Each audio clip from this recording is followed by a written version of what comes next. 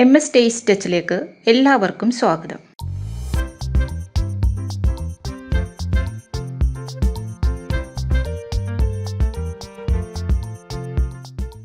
ഇന്ന് ഞാൻ കാക്ക ഫ്രൂട്ട് കൊണ്ട് ഒരു ഷെയ്ക്കാണ് ഉണ്ടാക്കുന്നത്.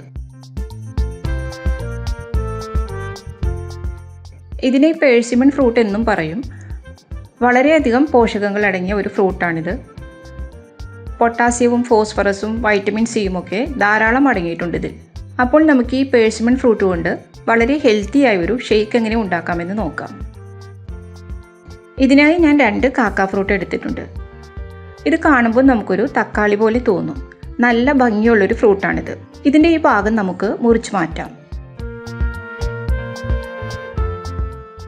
ഇനി ഇതിൻ്റെ തൊലി കളഞ്ഞെടുക്കാം.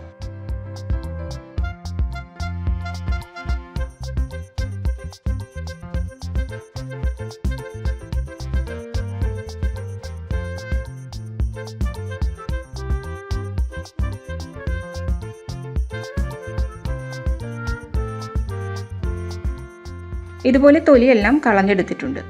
ഇനി ഇത് ചെറിയ കഷ്ണങ്ങളായി മുറിക്കാം.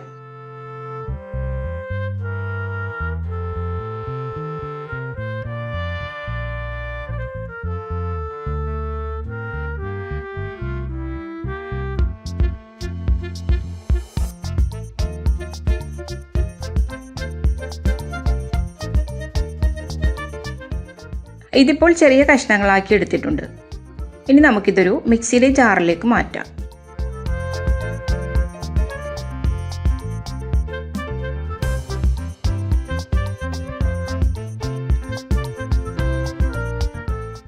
ഇതിലേക്ക് 2 കപ്പ് കട്ടിയാക്കിയ പാൽ ചേർക്കാം. ഇനി 5 ടേബിൾ സ്പൂൺ കണ്ടൻസ്ഡ് മിൽക്ക് ചേർക്കാം. അപ്പോൾ നല്ലൊരു മധുരമുള്ളൊരു ഫ്രൂട്ടാണിത്. മധുരത്തിന് ആവശ്യമായിട്ട് നമുക്ക് പഞ്ചസാര ചേർത്താലും മതി. നമുക്കിത് മിക്സിയിൽ നന്നായിട്ട് അടിച്ചെടുക്കാം.